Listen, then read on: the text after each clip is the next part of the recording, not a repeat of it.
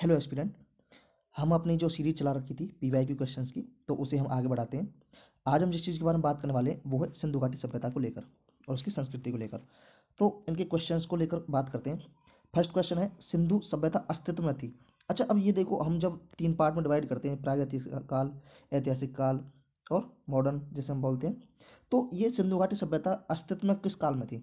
और सोचो, क्या ये प्रागैतिहासिक काल में थी, या प्रारंभिक ऐतिहासिक युग में थी, या ऐतिहासिक युग में थी, या बाद के ऐतिहासिक युग में थी? तो ये कहाँ पर डाली जाएगी? ये थी प्रारंभिक ऐतिहासिक युग के अंदर। नेक्स्ट क्वेश्चन है, सिंधु घाटी सभ्यता गैर आर्य थी? अच्छा, ये देखो, आर्यन लोग आए कब थे? जब हम वैदिक पीरियड पढ़ते हैं, ओके, ऋग्वैदिक और उत्तरवैदिक। बट उससे पहले हम बात करते हैं सिंधु घाटी सभ्यता की। तो यहीं पर ये पूछ रहा है कि सिंधु घाटी सभ्यता गैर आर्य थी, वो क्यों थी? क्योंकि ये शहरी सभ्यता थी, या इसकी अपनी लिपि है, इसकी अर्थव्यवस्था कृषि है, या इसका विस्तार नर्मदा नदी तक है?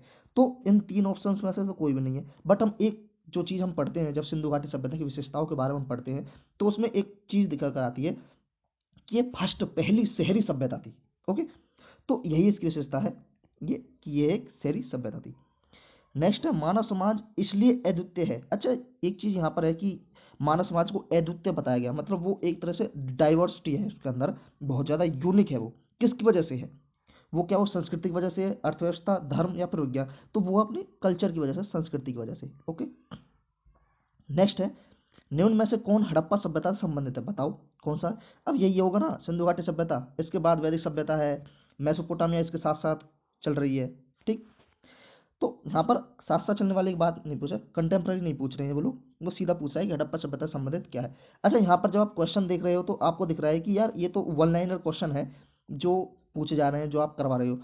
आप यूपीएससी में तो ऐसा नहीं आता। देखो, यूपीएससी वाले क्वेश्चंस मैं अलग से करवाऊंगा, ये पीसीएस वाले हैं। यहाँ पर आपको दिख रहा होगा, कोई बीपीएससी का है, कोई यूपी पीसीएस वाला है, हिमाचल का भी आएगा, उत्तराखंड का भी आएगा आपको, और ये राजस्थान वाला है।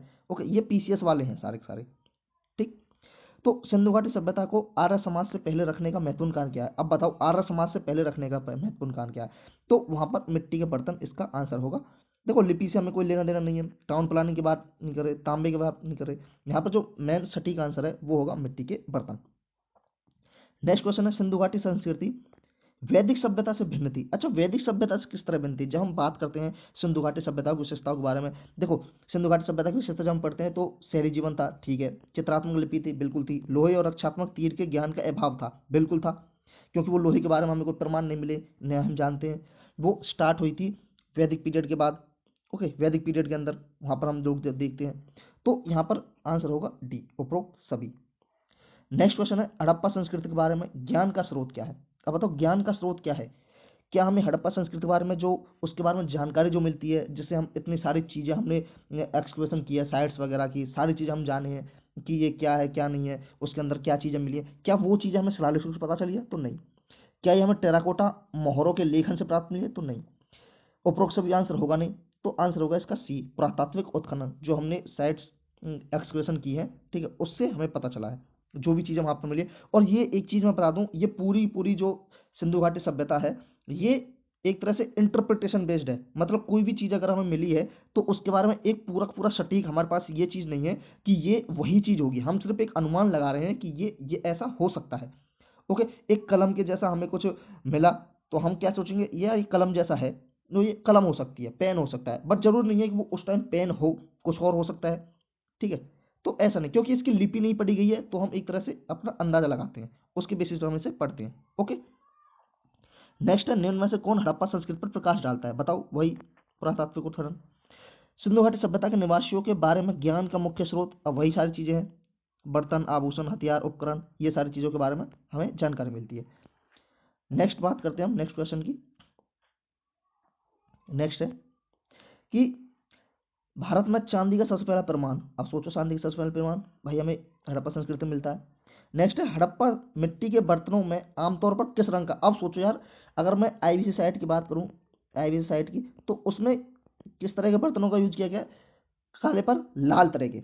ओके, तो इसका आएगा लाल। उसके बाद फिर हम ऋग्वैदिक पीरियड की बात करते हैं, ऋग्वैदिक पीरियड में गेरू वर्णीय। उसके बाद जो उत्तर वैदिक काल है उसमें चित्र धूसर। ठीक, उसके बाद जो महाजनपद काल है उसमें एनपीपीडब्ल्यू। इस तरह के बर्तनों का यूज किया गया है, बर्तनों का, और कलर इसमें किसका? Red colour.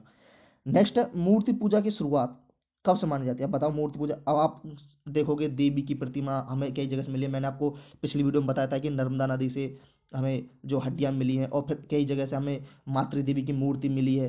तो मूर्ति पूजा की शुरुआत हमें हड़प्पा साल से मानी जाती है। ओके, पूर्व आर्यन। नेक्स्ट क्वेश्चन है कि हड़प्पा संस्कृति मोहरों और टेराकोटा कला पर निम्न में से किस जानवर का प्रतिनिधित्व नहीं है? बताओ। देखो, आप जब हम हड़प्पा सभ्यता के बारे में पढ़ते हैं तो हम उसमें एक सील के बारे में पढ़ते हैं, पशुपति सील। ओके, उसमें हम एक योगी को देखते हैं, योगी की प्रतिमा है, और योगी के दोनों साइड को जानवर बैठे हुए हैं, जिसमें हम बात करते हैं हाथी की, गेंडा की, बाघ की। ओके, इन सब चीज़ों के बारे में हम बात करते हैं। बट उसमें हमें जो चीज़ नहीं मिलती है वो क्या है? वो गाय। और ना ही उनकी जो मोहर है उनके ऊपर हमें गाय का चित्रण नहीं मिलता है कहीं पर भी। तो ये इसका आंसर होगा ए। उसके बाद नेक्स्ट क्वेश्चन तरफ बढ़ते हैं। तो नेक्स्ट क्वेश्चन है कि निम्न में से किस हड़प्पा स्थल पर हल, अब बताओ, हल का टेराकोटा पाया गया है? हल के बारे में बात की गई है तो हल का टेराकोटा बना गया बनावली से। नेक्स्ट है, देखो यूपीसीएस मेंस 2005 का क्वेश्चन है कि एक जुते हुए खेत, अब भाई ये कालीबंगा से जुते हुए खेत के सनानगार, ये मोहनजोदड़ो से। ग्रेट बात, अब देखो वही है। इसमें देखो यूपीसीएस 1992 से पहले का है, और यहाँ पर ये भी यूपीसीएस ये 2010 में क्वेश्चन पूछा, ग्रेट बात। अब वो इंग्लिश में दे दिया, वो कहाँ है? वो सेम टू सेम मैंने बताया आपको, कहाँ? मोहनजोदड़ो में। उसके बाद है सिंधु सभ्यता के बारे में निम्न में से कौन सा कथन सत्य नहीं है? अब बताओ सिंधु सभ्यता के बारे में कौन सा कथन सत्य नहीं है?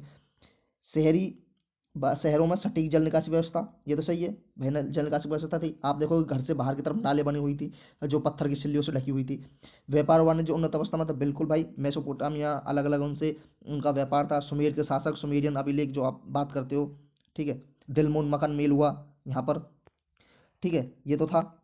उसके बाद बात करते हैं हम, उसके बाद नेक्स्ट है कि माता की पूजा करना, माता की पूजा, देवी माता की पूजा, तो ये भी चीज़ थी। और जो चीज़ नहीं थी वो थी लोहे के बारे में जानते नहीं थे भाई, लोहे के बारे में जानते नहीं थे, ठीक है। तो ये उसका आंसर होगा। नेक्स्ट है चनहुद्रों में उत्खनन का निर्देशन किसके द्वारा किया गया? अब देखो ये क्वेश्चन पढ़ने की जरूरत नहीं है, बट ठीक है, कई बार मैचिंग वाले में आ जाता है। तो ये जेएच में के सिंधु घाटी सभ्यता का कौन सा स्थल पाकिस्तान में है? पाकिस्तान बताओ कौन सा? हड़प्पा है भाई। बाकी कालीबंगा राजस्थान में हो गया, लोथल गुजरात में हो गया, आलमगीरपुर यूपी में हो गया, ठीक है। उसके बाद है रंगपुर, जहाँ हड़प्पा सभ्यता के समकालीन पाए गए हैं, वो कहाँ पर है? रंगपुर कहाँ है भाई? सौराष्ट्र में है। ये उस टाइम पीरियड की बात है जब सौराष्ट्र, ठीक है। उसके बाद नेक्स्ट क्वेश्चन है दधेरी, दधेरी भाई पंजाब में है, ओके। दधेरी कहाँ? दधेरी पंजाब में है। उसके बाद सिंधु घाटी सभ्यता का कौन सा स्थल भारत में स्थित है? भारत में बताओ कौन सा? भारत में लोथल है, क्योंकि हड़प्पा और मोहनजोदड़ो ये तो पाकिस्तान में गई। लोथल के पुरातात्विक स्थल का प्रतिनिधित्व करने वाला हड़प्पा शहर किस नदी पर है? वो है भाई भोगवा नदी पर। हड़प्पा सभ्यता लोथल में स्थित है। अच्छा ठीक है, लोथल जो है वो कहाँ है? हड़प्पा सभ्यता लोथल इसके बारे में पूछा गया कि लोथल कहाँ पर है, किस स्टेट में है? क्या वो गुजरात में है, राजस्थान में, सिंध में, या पंजाब में? तो वो है लोथल गुजरात। और लोथल के बारे में ये भी है कि ये क्या है, ये एक तरह से बंदरगाह शहर था। यहाँ पर देखो नीचे वही क्वेश्चन आ गया जो मैं बता रहा था कि सिंधु घाटी सभ्यता का बंदरगाह शहर था, क्या था? लोथल था। अब देखो यही कौन हड़प्पाकालीन बंदरगाह है? लोथल है। निम्न में से कौन सिंधु घाटी सभ्यता का स्थल नहीं है? अब देखो सिंधु घाटी सभ्यता का स्थल नहीं है। अब मेन चीज पूछी जा रही है इसके ऊपर कि सिंधु घाटी सभ्यता का स्थल कौन सा नहीं है। अब बताओ, कालीबंगा, रोपड़, पाटलिपुत्र। अब देखो पाटलिपुत्र आ गया। पाटलिपुत्र कहाँ? महाजनपद पीरियड से रिलेटेड है। भारत में हड़प्पा का सबसे बड़ा स्थल, अब देखो एक तो है टोटल पूरी पूरी हड़प्पा का सबसे बड़ा स्थल जो है मोहनजोदड़ो। बट अगर भारत की बात करें, भारत जहाँ जहाँ हड़प्पा सभ्यता पहुंची हुई है, ठीक है, अगर उसमें बात कर रहे हैं तो वो है मोहनजोदड़ो। अगर भारत के अंदर बात करें, भारत में क्या है? भारत में है राखीगढ़ी, और जो कहाँ है? हरियाणा में है। भारत में सबसे बड़ा हड़प्पा स्थल राखीगढ़ी। सिंधु घाटी के लोग किसमें विश्वास करते थे? बताओ, देवी माँ में, क्योंकि देवी माँ की मूर्ति मिली है, और मातृ सत्तात्मक समाज भी था, ऐसा कहा जाता है। सिंधु घाटी के लोग पूजा करते थे, किसकी पूजा करते थे भाई? बताओ, इंद्र वरुण की, शिव की, ब्रह्मा की, विष्णु की, तो पशुपति, जहाँ से सील मिली है, ओके। उसके बाद है उस पुरातात्विक उत्खनन के निर्देशक कौन थे जिसके कारण हड़प्पा और मोहनजोदड़ो की खोज हुई? अब बताओ कौन थे वो? सर जॉन मार्शल वो थे। बट एक और चीज आती है कि कौन ऐसा था जिसने थोड़ी बहुत स्टार्टिंग तो की, बट वो इसके महत्व को जान नहीं पाया था। उसके बारे में आगे नेक्स्ट क्वेश्चन आएगा तो मैं आपको बता दूंगा।